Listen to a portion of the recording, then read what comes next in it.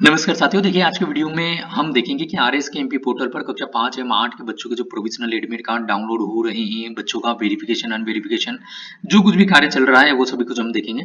तो देखिए इसमें कुछ सवाल हैं, उनके जवाब हम बताने का प्रयास करेंगे, जो जानकारी हमारे पास में हम उनको बताने का प्रयास करेंगे।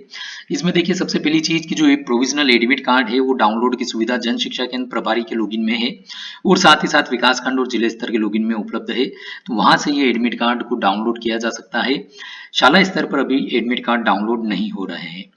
दूसरा चीज कि यदि शाला स्तर पर जो कार्य हो रहा है कि वो बच्चे को ऐड कर सकते हैं यदि बच्चा अन्य किसी विद्यालय में वेरीफाई नहीं है आरएसकेएमपी पोर्टल पर। तो दूसरा, शाला में कोई ऐसे बच्चे यदि प्रदर्शित हो रहे हैं जो कि शाला में वास्तविक रूप से अध्ययनरत नहीं है लेकिन गलत मैपिंग के कारण बच्चा वहां पर प्रदर्शित हो रहा है कक्षा 5-8 में, तो वह उनको वहां से यदि उन्होंने वेरीफाई नहीं किया है तो वो उसको वहां से हटा सकते हैं।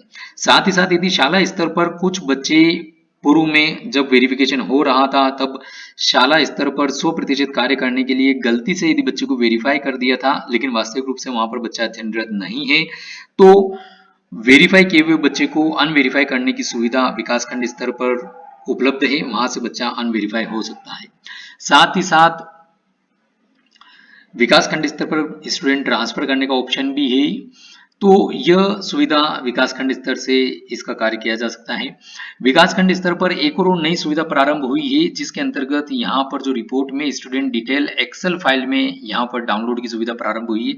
इसके अंतर्गत जो बच्चे का डिस्ट्रिक्ट वाइज, विकास खंड wise, exam centre wise, school का डाइस कोड के साथ में स्कूल का नाम, बच्चे की कक्षा और बच्चे का मीडियम क्या है, बच्चे के कौन कौन से सब्जेक्ट हैं, ये सभी कुछ पूरी सूची डाउनलोड हो रही है बच्चे के नाम के साथ में।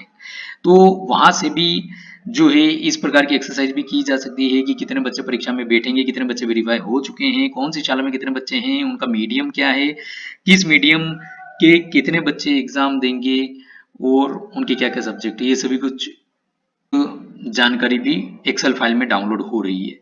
साथ ही साथ स्टूडेंट के प्रोविजनल एडमिट कार्ड में यदि किसी प्रकार का संशोधन है, चाहे उनका नाम हो, उनकी डेट ऑफ बर्थ हो, माता पिता का नाम हो या उनका सब्जेक्ट का, मीडियम का जो भी संशोधन है वह शाला स्तर से उसको किया जा सकता है। प्रोविजनल एडमिट कार्ड में जैसे जो कक्षा 8 में संस्कृत के स्थान पर अन्य सब्जेक्ट प्रदर्शित हो रहे थे तो वो समस्या का भी समाधान हो चुका है। साथ ही साथ जो गणित सब्जेक्ट प्रदर्शित नहीं हो रहा था वो समस्या का भी समाधान हो चुका है। यदि कोई ऐसी शाला जो इसमें प्रदर्शित नहीं हो रही थी जैसे सीएम राइज शाला वगैरह, तो वो भी इसमें प्रदर्शित होने लगी है। तो इस प्रकार से जो कुछ एक कॉमन समस्याएं थी उनका भी समाधान हो चुका है।